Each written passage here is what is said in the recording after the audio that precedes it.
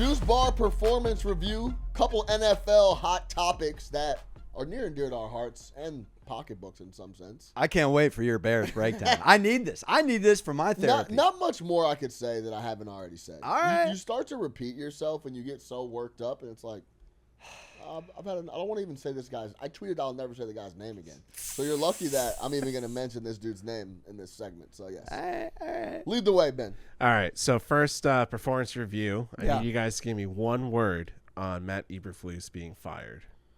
One word. Oh, baby. All right. All right. When you're ready, flip it I around. hope this is one word. Is that one word? We'll take it. Godspeed. Yeah, Godspeed. Finally, Godspeed. Godspeed. Listen, I love it. Godspeed. I want to recap this for everyone. Did you put that because he's a nice guy? No, Godspeed. Good riddance. Good luck with whatever your next endeavor is. While you robbed the Chicago Bears of millions of dollars, I hope you enjoy your next mission or whatever you want to call it, endeavor. Hey. I want to recap this really quick. Matt Eberflus, first year as a coach, was an absolute loser. At Chicago Flow, by the way. The next year, he comes in. They're losing right out of the gate. He wins like 3 or 4 games down the end of his second year. Yeah. Somehow keeps his job. They get the first pick. Ryan Poles makes all these moves. They draft Caleb Williams. Matt Eberflus grows out a beard. He's on Hard Knocks. He enters this year, dude, I'll never forget this, the favorite to win Coach of the Year. Oh, Matt my Eberflus gosh. this year. So, Oh, my. That's almost as bad as we've been Reddick, hoodwinked, dude, and I bamboozled. nibbled on Reddick. Everything. He was a bad coach. He was in over his head. He didn't know what he was doing when it came to managing players, the clock. He was a defensive guy without a good defense. Can I give you some of these numbers? Sure. 14-32 under this man. 2-10 on challenges. 0-5 this year on challenges. 20 or more games decided by 7 or fewer. 5-17 in those games. Carry on. Well, carry on. What else? I'm here. I'm enjoying the soliloquy. Yeah, so I mean that's it. It really shows you how much a media narrative can influence things. He should have been fired in year 2. Instead of being fired, Coach of the year. He starts the season favored to win Coach of the Year. Is that a Hard Knocks duping? That's yes, that's part of it. Let's tap our guy Pete on the show here. Also Chicago born and raised. Pete, what was that about? I mean, there's this guy that I guess is the barber for all the Bears players and coaches, and he just keeps getting coaches an extra year in Chicago. Is that Gives them true? good haircuts. Nagy gets a nice little salt and pepper beard. Oh, and by the way, if you think it's a coincidence, the Chiefs' offense is struggling. You know who's running the Chiefs' offense? Matt Nagy. You know who was the coach before Matt Eberflus? Matt Nagy. It's not a coincidence. You know who's on the defense for the Niners? Who? Brandon Staley. Let's keep it pushing. It's actually a good point. This is nasty work. Well, no, no, but no. I'm happy for you guys. You guys got the quarterback. I'm excited for you. He's a guy. He is the guy. Yeah. Get an offense. If you guys fail next year with an offensive coach, will you at least take that? Like, just get an offensive coach. Yeah, Ben Johnson.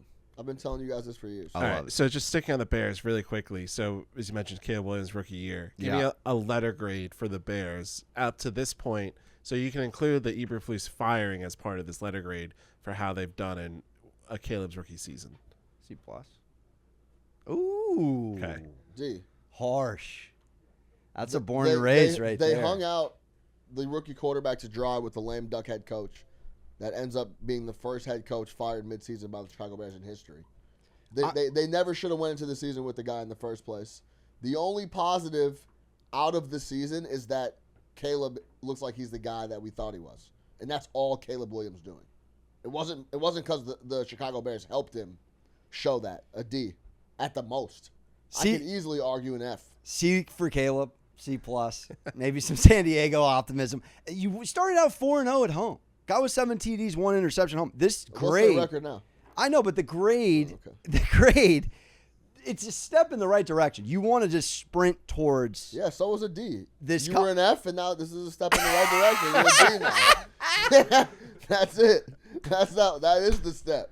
All right. That's fair. Let's turn the tables maybe to you, Alex, now, God. and the New York Jets. So God.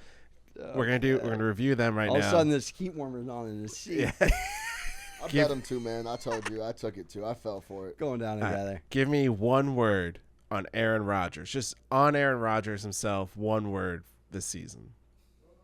Man, that's actually kind of tough for me. Oh, I got it off the noggin. One. For how you would performance review Aaron Rodgers. Alex, you can go first. You're ready to go. If this man just did this every morning, and I guarantee he didn't, they might have figured it out. Meditation. I've been doing it for 11 years every morning to calm down my 3-religion noggin. But in all seriousness, you go to the woods, the wilderness, wherever to get right. You got a Netflix doc coming out, and you can't get out of your own way. When there's no leader, there was no leader in the locker room, and then Woody literally fired the coach. Now you have almost metaphorically a class where not only is there no teacher, there's no substitute teacher, and the substitute teacher is not putting on a mail-it-in movie on VHS. Anyone can do whatever they want in this classroom. And Aaron had the cachet, and he just, even after getting his boy DA, I could go on forever. Lost.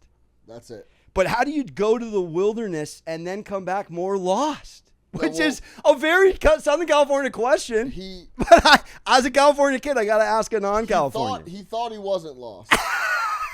But then when the season started, he looks. He forgot what version of green he was going back to. He's like, I'm not going back to Green Bay green. I'm going to the Jets. But in all seriousness, I think in his eyes, he would be able to just will everything to being correct. Is he the guy just, hey, let me get healthy. Let me go get a couple of my guys. Like talent will get him through everything? I'm just going to, me personally, can just will everything. On talent.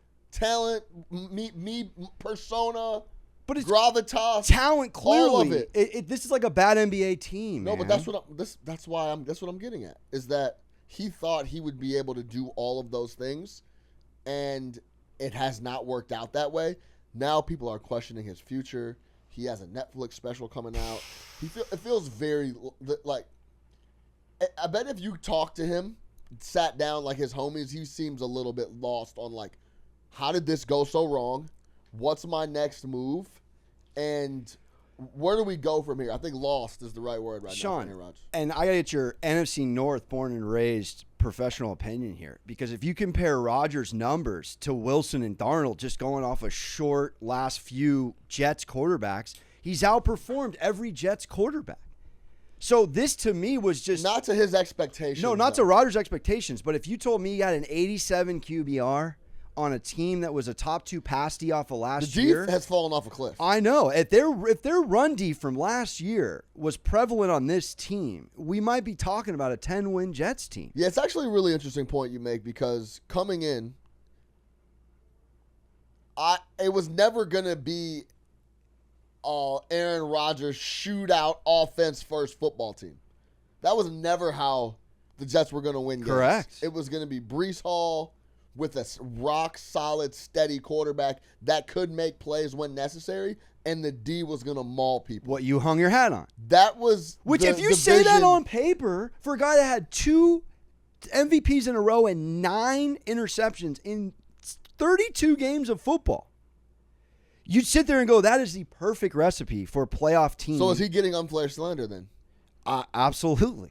Yeah, I agree. I don't want to sound an Aaron Rodgers apologist because he brings part of it on himself. He does. Be nice if he had a strong woman in his life. But, conversation for another day. Or a family at all. But, Ben. Oh, my God. Yeah, I mean. Oh, man. I mean, it's. We're not even on the truth. Wait, did I just break some news in here? No. Turned into Dr. Phil real quick. Did I just break some news in here? All right, hit us with the next thing because I do have a grade for this team. Another word Pete pointed out to me. The name of his doc is Enigma, so that could be another word.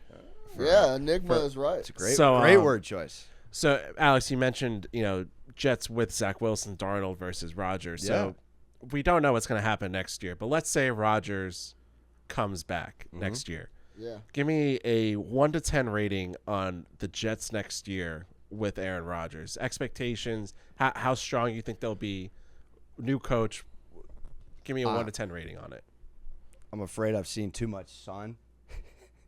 I gotta go 8.5. I'm going 8.5, dude. I had 7.5 written down. Now the endorphins are rolling. I'm going 8.5. The team is a coach away. A coach away to instill culture, to build inside out, just like the Bears. The Bears built outside in. This team got nice and cute on skill players. They gave it a shot with Simpson and Moses and Tyron Smith. Injuries, it just didn't work. But they at least made an attempt to build inside out. Year one was Aaron Rodgers hiring his MySpace friends. This was a huge step in the right direction if Woody could have got out of his international way.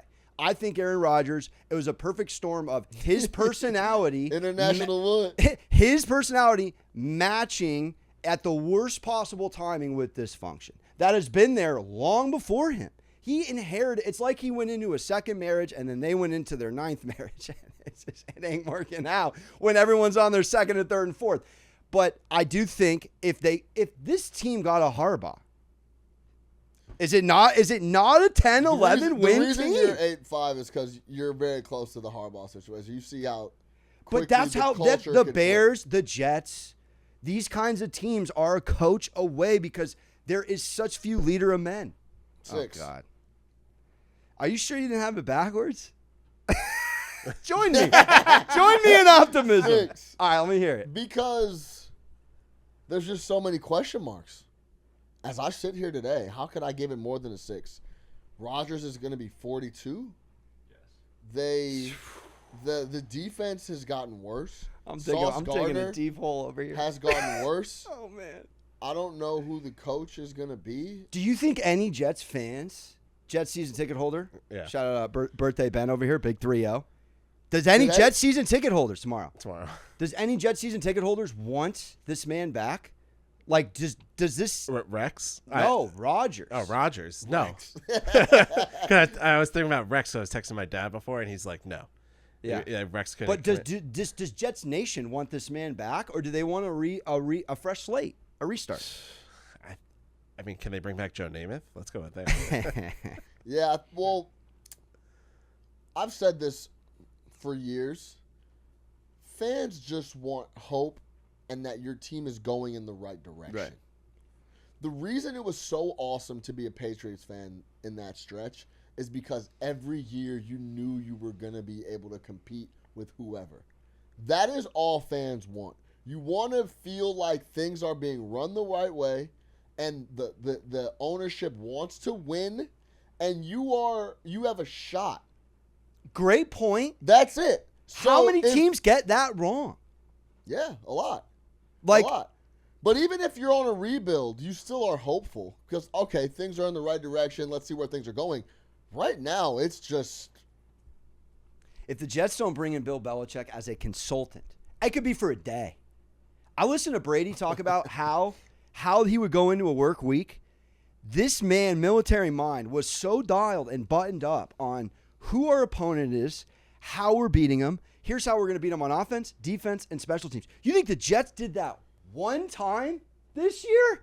No. It's such bad top to bottom ownership. Yeah. It is you got to give a guy with multiple MVPs and a Super Bowl ring in a year where he loses his coach, he loses his GM. Does Belichick still have that girlfriend? What? Does Belichick still have that girlfriend? I'm not. He doesn't have a day to spare. There's no time for that, bro. He needs to come in. I told you about this Belichick, bro. Stop. Everybody needs I to didn't stop. say hire him full time. He doesn't have any days. He doesn't have any weeks. He doesn't have Somebody any of fly that. to Nantucket and get this man. All right, keep it pushing. So keep it pushing. Let's go to another AFC team. We're going to review the Bengals.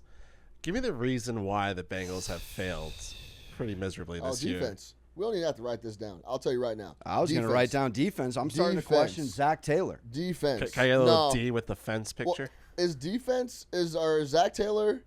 He's an offensive coach. He's an offensive coach, right? It's defense, brother. I think Joe Burrow has been absolutely unbelievable this year. There's something. Listen, You as a quarterback are special if you know every single time you go out on the field you have to score, and you score more times than not. He knows every single time he walks on the field he has to throw the ball 40 times. None of that's on the coach. Everything is always on the coach. I'm sitting here, and I can't make a case that Zach Taylor is a head coach. I think he's a phenomenal offensive coordinator. Knock him back down the chutes and ladders. This is one of these franchises, and just listen to local boomer radio. And I'm not talking the generation. I'm talking Esiason. Yeah. They cannot get this, again, another culture scenario where you got an unbelievable quarterback and you can't build around the quarterback.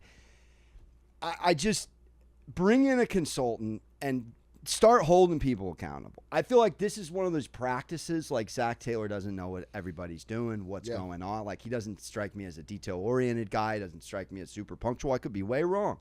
Probably a nice guy. I mean, these games, they're losing in situations you got to look at coaching. I just cannot give them an excuse. I mean, it's just such a disappointing year for Bengals fans to have this output on offense. And I know that, Hendrickson hurt, a couple guys banged up, but I'm ready to move on from Zach Taylor, my friend. He's too well coached of a division. Everybody's a coach of the year or has a ring except for this guy. Yeah, that's true.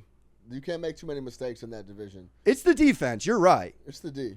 But I got. If you're rocking with Burrow and these boys for years, I'm fascinated to see what happens with this Jamar Chase situation, because something tells me, I don't have any inside information or anything, he's going to stick it to them that they didn't give him that deal last year. Any hope though that him and Burrow's collegiate friendship keeps him there, gives him extra patience. And look, when you leave really good quarterbacks as a wide receiver, that's all you can trail culture off into the ether very quickly. I've seen it multiple times, over and over. Chase can just go put up 1,400 on the Raiders and we're never really hearing from him. We'll never talk about him again. Correct. So tough to play with some of the Bengals just drive you in the nuts, league. But man. defense, get that fixed. All right. Last team, the 49ers. Yeah.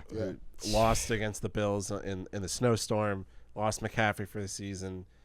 Give me a 1 to 10 rating on the 49ers' disappointing season this year, coming off a Super Bowl appearance. Yeah.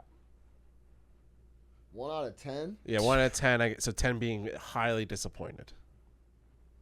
We're going to the Olympics on a high dive score here. 9-7. It's about as disappointing of a season I can possibly remember. I don't remember a season where a team, and they've been just completely cooked on injuries. It's a fair out, but Purdy was not hurt the entire year. He missed a couple. He missed a couple of games. Yeah. But that to me, though, and I asked you this at the Knicks Magic game, did this Niners team and John Lynch, who otherwise, shout out San Diego, Torrey Pines alum, should be an unbelievably sought-after GM in this league, and I sat there and asked you if he got on cornerstone star pieces, boxing them in. You mentioned Ayuk's contract. But he got on Ayuk's contract. Bosa, he had to pay Debo, Kittle. There's like 6 dudes that got top dollar on this team. And then to be the team with quarterbacks, plural, on a lazy Susan and roll out not Josh Allen's cousin on a must-win game, Brandon Allen, it's just unfathomable.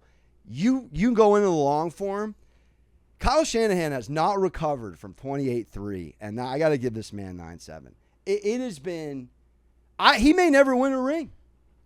I think it's harsh to say he hasn't recovered from 28-3 when he's been in multiple Super Bowls since then. Boy, he just hasn't won. He hasn't won. He cannot win. This is like the biggest guy that should have, the most decorated dude that is due a ring. Is this all of sports from a coach perspective? He might be in the conversation for major American sports. The guy that cannot get it done.